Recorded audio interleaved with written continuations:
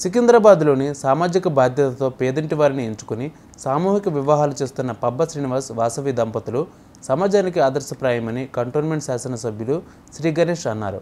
Diamond point వద్ద ఏర్పాటు చేసిన కార్యక్రమంలో త్వరలో జరగబోయే సామూహిక వివాహాలకు సంబంధించిన గోడపత్రికను ఆవిష్కరించారు. నవంబర్, డిసెంబర్ మాసాలలో 116 జంటలకు పెళ్లి వేదికతో పాటు అన్ని ఏర్పాట్లు చేసి తమ సొంత ఖర్చుతో వివాహాలు జరిపించనున్నట్లు తెలిపారు. తాలిబొట్టు, బంగారం వివాహ వేదికతో పాటు భోజన సౌకర్యం కూడా కల్పించనున్నట్లు వెల్లడించారు. పేద ప్రజలకు సహాయం చేయాలన్న ముఖ్య ఉద్దేశంతో 116 జంటలకు వివాహాలు చేయనున్నట్లు తెలిపారు. ప్రస్తుత సమాజంలో నిరుపేద ప్రజలు పెళ్లిళ్లకు అయ్యే ఖర్చును భరించలేక, ఆర్థిక స్థితి సరిగ్గా లేక పరిస్థితి ఏర్పడిన నేపథ్యంలో ఇలాంటి సామాజిక దృక్పథంతో కూడుకున్న కార్యక్రమాలు ఎంతగానో దోహదపడతాయని అన్నారు.